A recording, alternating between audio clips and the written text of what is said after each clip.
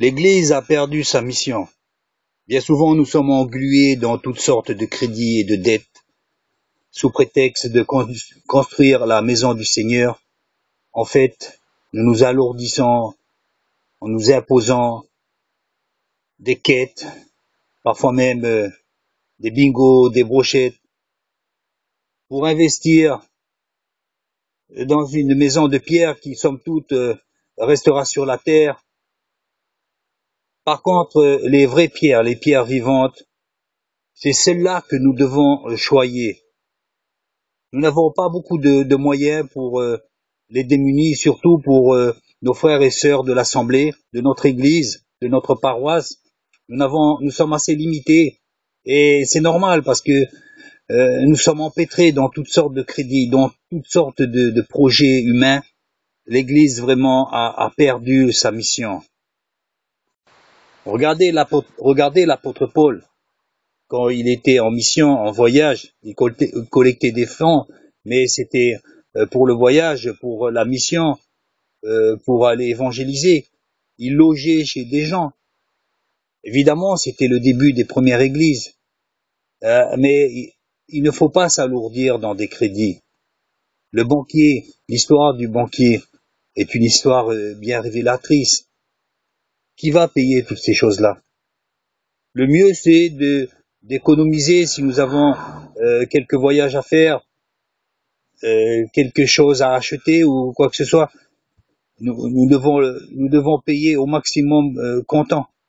Évidemment que lors de l'avènement du Seigneur, de l'enlèvement, bien des bâtiments resteront sur terre.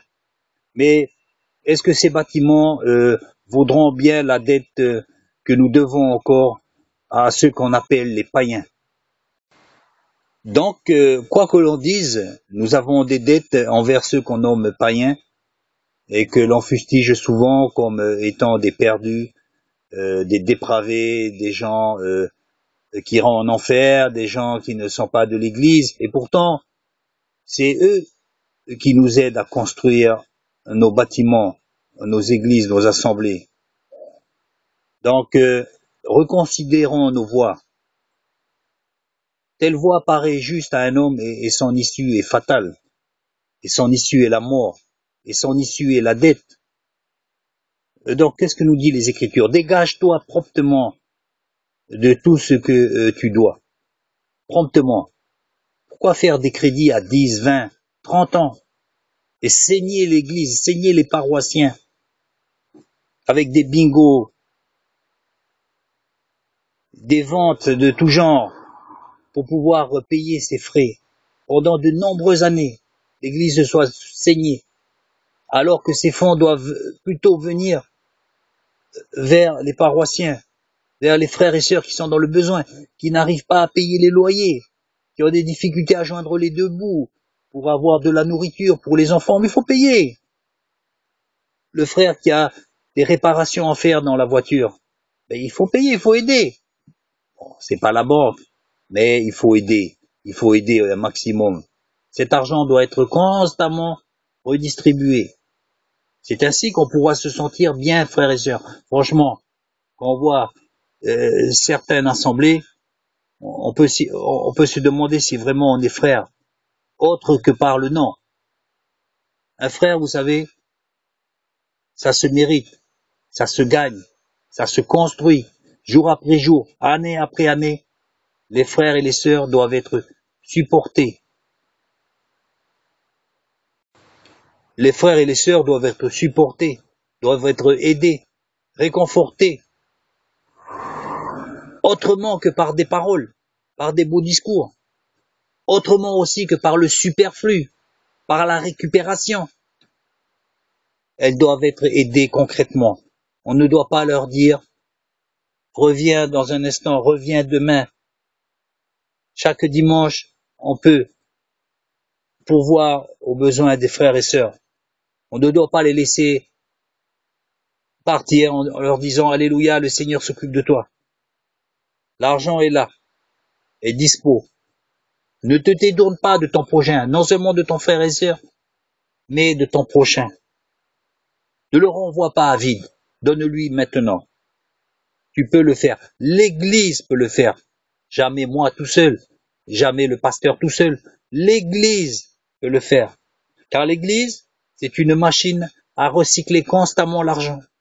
L'argent qui arrive, elle part. Elle vient, elle part. Pourquoi? Il faut investir dans quoi? Mais c'est dans les pierres vivantes. Il faut investir. Les pierres vivantes, c'est quoi? N'est-ce pas là le corps du Christ? On investit dans des pierres qui vont rester là à brûler sur la terre. Et les vraies pierres vivantes, le corps du Christ, on n'en prend pas soin. N'y a-t-il pas là un décalage entre notre discours, notre joli discours, et la réalité? Rectifions le tir.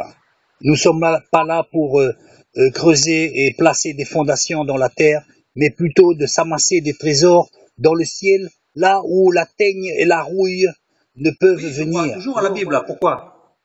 Oui, bien sûr, je crois toujours à la Bible. Bien sûr. Pourquoi, il y a un problème? Là, chez moi, vous avez un crédit de 15 ans. Là. Encore 15 ans de... 15 ans, encore 15 ans. Oui, bien sûr. Ça pose un problème. Oui. Et si je surviens, qui paierait votre dette? Bonne question, bonne question. J'ai réfléchi. Bien sûr, il n'y a pas de problème, il n'y a pas de souci. Je vais réunir le bureau pour me préoccuper de ces choses-là. C'est dans le ciel que nous devons investir, nous le savons très bien. Mais évidemment, des trésors spirituels, mais aussi le chérissement du corps du Christ. C'est le corps du Christ qu'il faut chérir, qu'il faut aimer, qu'il faut protéger au maximum, où il faut partager. Pourquoi le petit doigt dirait-il? J'ai rien à faire avec le pouce. Dieu pour tous, chacun pour soi. Non. Nous devons constamment, le sang ne passe-t-il pas de la cuisse jusqu'à l'épaule en passant par l'omoplate? La bénédiction passe partout.